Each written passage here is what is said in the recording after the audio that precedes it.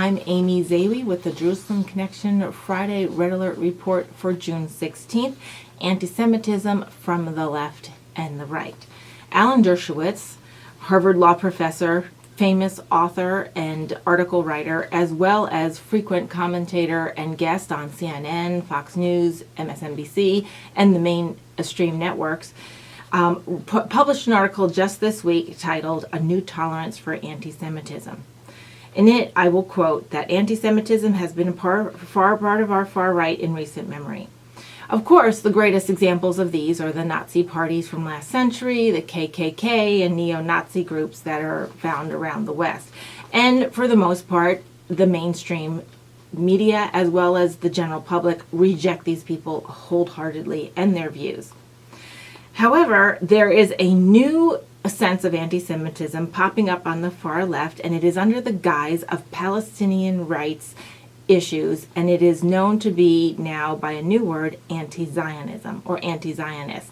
However, these veils are simply stripped away, and anti-Semitism is all that's left when you actually identify and document the actions and activities and motivations of these so-called anti-Zionist groups. His point in his article is that no matter what side of the political aisle anti-Semitism comes from, it is our job to identify it and call it out, even if it's our own side of the aisle. I will share another quote. The growing tolerance for anti-Semitism by both the extreme left and the right is quickly becoming mainstream. That is why it is so dangerous and must be exposed for what it is: complicity in and encouragement of the oldest form of bigotry. Shame on those who tolerate anti-Semitism when it comes from their side of the political spectrum. Now keep that point in mind as I go on. People from both sides of the aisle must have the same zero tolerance for anti-Semitism as they do for sexism, racism, and homophobia. Decent people everywhere, Jews and non-Jews, must condemn with equal vigor all manifestations of bigotry, whether they emanate from the hard alt-right or the alt-left. And I, Mr. Dershowitz, will continue to judge individuals on the basis of their own statements and actions, regardless of what side of the aisle they come from. End quote.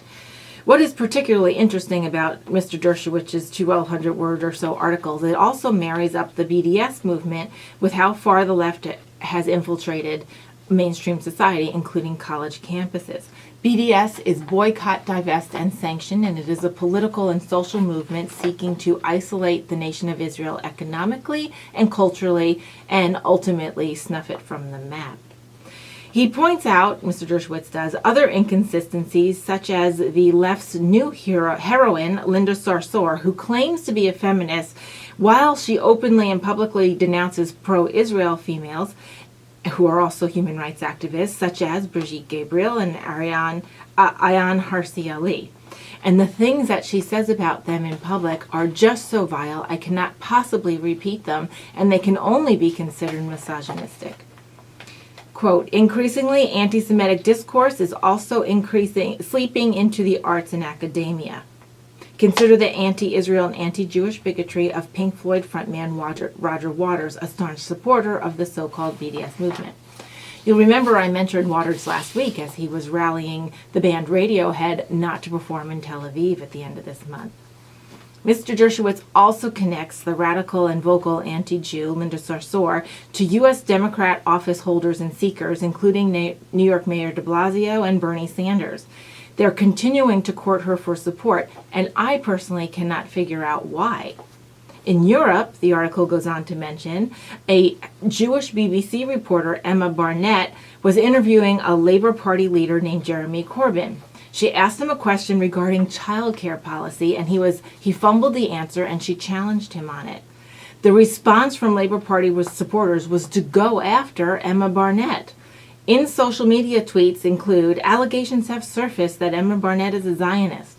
Zionist Emma Barnett, family lived off brothels, attacks Jeremy Corbyn. Well, she was doing her job as a journalist. Corbyn has also been accused of anti-Jewish bigotry himself, and he said in the past that Hamas terrorist groups should be removed from the UK's designated terror list, and he called Hezbollah and Hamas, both of which publicly vow for the destruction of Israel, his quote-unquote friends. Dershowitz has separate articles regarding Jeremy Corbyn, who has been in the Labour Party in the UK for quite some time, and it is clearly he is connected to anti-Semitism and terrorist groups. But to think, you go after the reporter because you couldn't answer questions regarding your child care policy. So from leadership offices of U.S. cities and states and the halls of lawmaking bodies in Parliament, the left is cozying up to folks who are at their core anti-Semitic and are directly or indirectly reporting either terrorism or the BDS movement.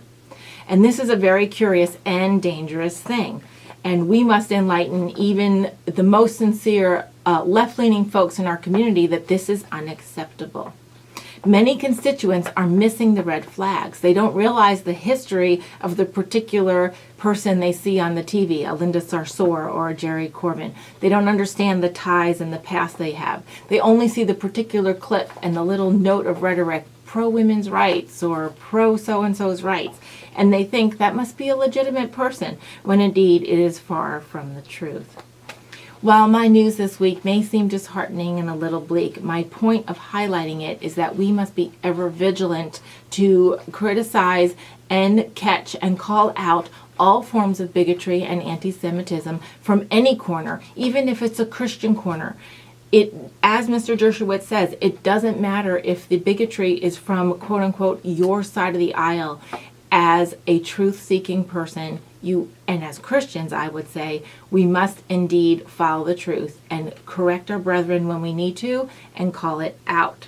You know, Mr. Dershowitz, as far as I know, is a secular Jew, and we do not agree on things like domestic policy and other odds and ends. But at the end of the day, he is extremely fair-minded, he is logical, and he can build an argument using history and legal soundness. And for that, I respect him, and he is always and has been a defender of Israel's right to exist and its place in human history.